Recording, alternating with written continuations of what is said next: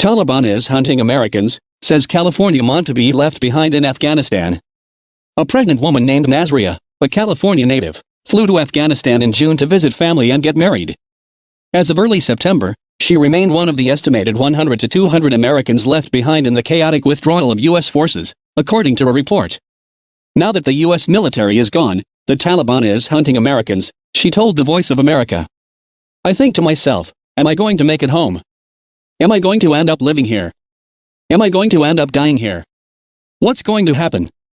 Nasria, 25, who asked to be referred to only by her first name for safety reasons, said.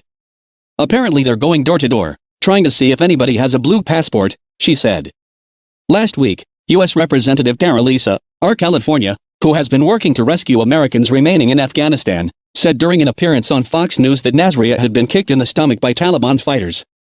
Anyone who says there aren't people stranded is wrong, Issa said during the broadcast.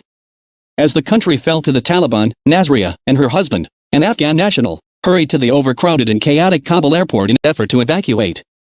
It was so hard to get on a flight. There were a couple of days where we had to sleep on streets, she said. People were literally stepping over people. That's how bad it was. The situation at the airport felt surreal, she told the publication. I've never in my life have experienced anything like this, she said. It was like literally a movie scene. She said the U.S. State Department told her you will get picked up after the flight she booked to return to the U.S. was cancelled. She said she and her husband tried to get to the specified location for 12 to 13 hours but the Taliban blocked them at gunpoint even as she showed them her U.S. passport. Our troops were literally at the gate just waiting for us to continue walking and they had blocked us, she said. At one point in frustration she walked as fast as she could past the Taliban security forces but they started shooting right by my leg and told me to come back or they will shoot me. And although her husband pleaded for the Taliban to let her go without him, she refused, revealing she's pregnant.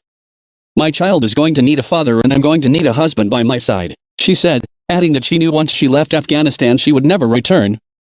Despite the State Department telling her they'll find a way to get her out of the country, she said she's losing hope.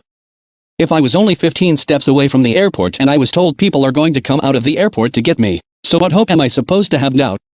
The Biden administration has been widely criticized not only for the frantic withdrawal and evacuation efforts that left troops vulnerable to the bombing that killed 13 U.S. service members but for leaving Americans behind as the last plane left Tuesday.